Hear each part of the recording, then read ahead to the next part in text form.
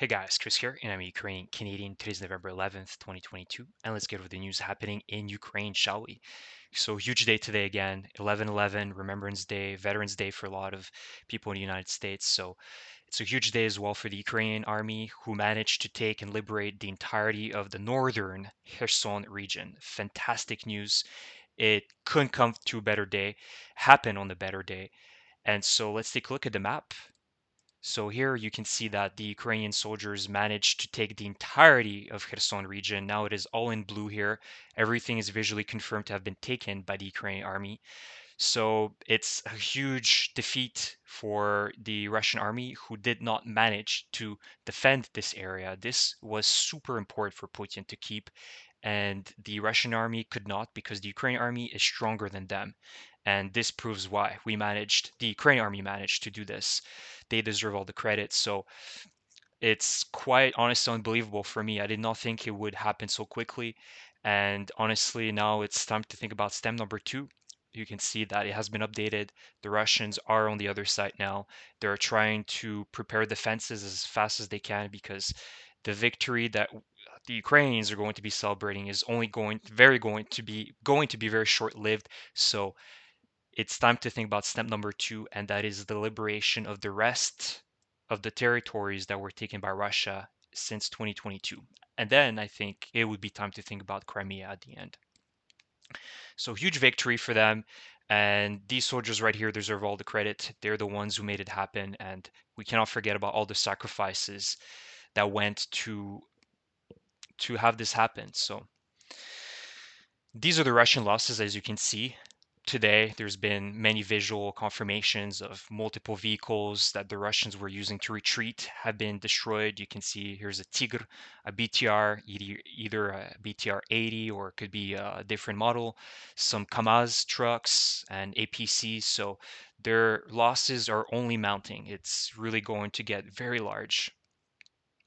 And you can see here that a lot of the Russians that did manage to escape and travel or cross the Dnipro River are now hiding as civilians in settlements, villages, towns. But the civilians, the locals, kept photos of these soldiers to make sure that it would make the job easier for the Ukrainian forces to filtrate them once they managed to liberate that part, which they did. And on another note as well, the Ukrainian forces are also building a wall between Belarus and Ukraine. If we look again at the map here, you can see that in northern Ukraine, there is a very large border between Belarus and Ukraine. It goes about at least 1,000 kilometers, that's for sure, where the Russians managed in the very first wave of the war to get all the way up to Irpin and very close to Kiev. So it was a really rough time because the Ukrainian army did not have any defenses here. They did not expect the Russian army, with the support of the Belarus army, to do this. So now the defenses must be astronomical. Even without the wall, I believe that the Ukrainian army is really well prepared to meet any second wave or other attack that is planned by the Russians through ground forces. It's going to be impossible, in my personal opinion. You never know, but it's not going to happen as easily as they had it when they first invaded back in February. And I have some videos as well for you, and some very interesting videos. I'm not going to put the sound because it's not really good quality, but you can see that the locals in Kherson City are celebrating. They are ecstatic, and they're making a campfire. You can see that perhaps the electricity is not back in Kherson, so they're still joyous, and that just warms my heart to see these people finally truly being liberated. Yeah, so they're all singing the anthem and, saying glory to the Ukrainian armed forces. And this video is an abandoned Russian position in Kherson, and you can see how filthy and poorly maintained they were.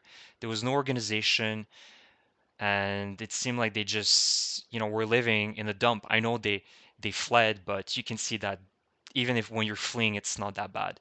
So I truly believe that these were the living conditions of the Russian army, and it's just, it's terrible to see how much littering and destruction there is in here.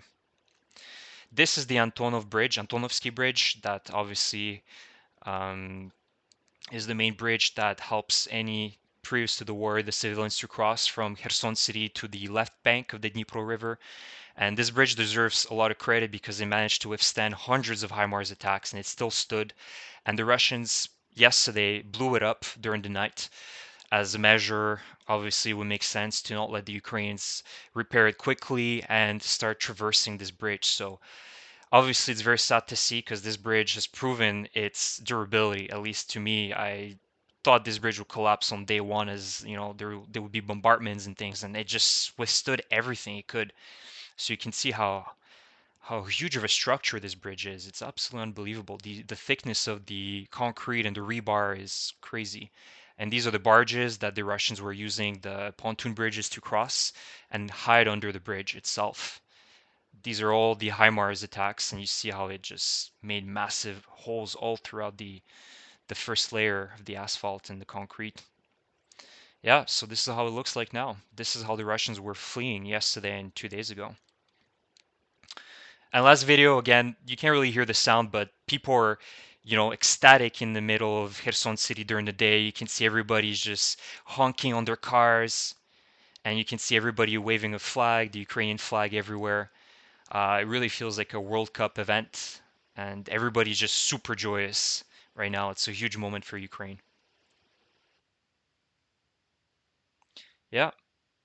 So that's it, guys. Thank you for tuning in. I really appreciate your support. Please subscribe to my channel. Please leave a comment. What do you think about today? It's a huge day again, Veterans Day. And also, let's not forget all the other veterans that died during all the previous big wars: World War One, World War Two, Korea, Vietnam, all these wars, Afghanistan. So, all these soldiers also deserve our utmost respect. So, thank you. I will see you guys next time.